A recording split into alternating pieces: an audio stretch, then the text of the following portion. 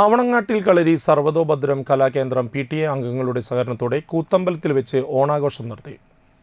ആവണങ്ങാട്ടിൽ കളരി advocate AU Raghuraman Panicker ഉദ്ഘാടനം ചെയ്തു.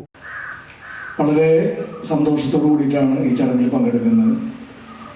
കാരണം നമ്മളെ സംബന്ധിച്ചിടത്തോളം ഇതൊരു കുടുംബത്തിൻ്റെ ഒരു കൂട്ടായ്മയുടെ ഒരു ആഘോഷമായിട്ടാണ് ഞാൻ കാണുന്നത്. സർവതോഭദ്രം കലാകേന്ദ്രം എന്ന് പറയുന്ന 700ഓളം വിദ്യാർത്ഥികൾ പഠിക്കുന്ന ഒരു വലിയ സരസ്വതി ക്ഷേത്രത്തിൻ്റെ ഒരു ഓണാഘോഷമാണ്.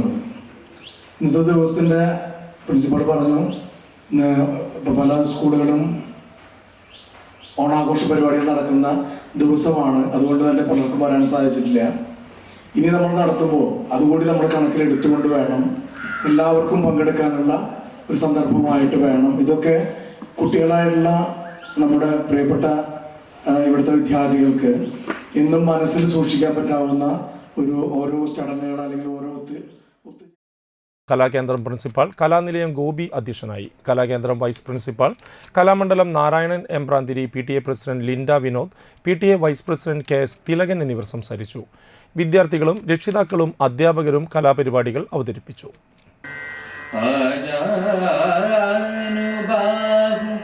അരവിന്ദ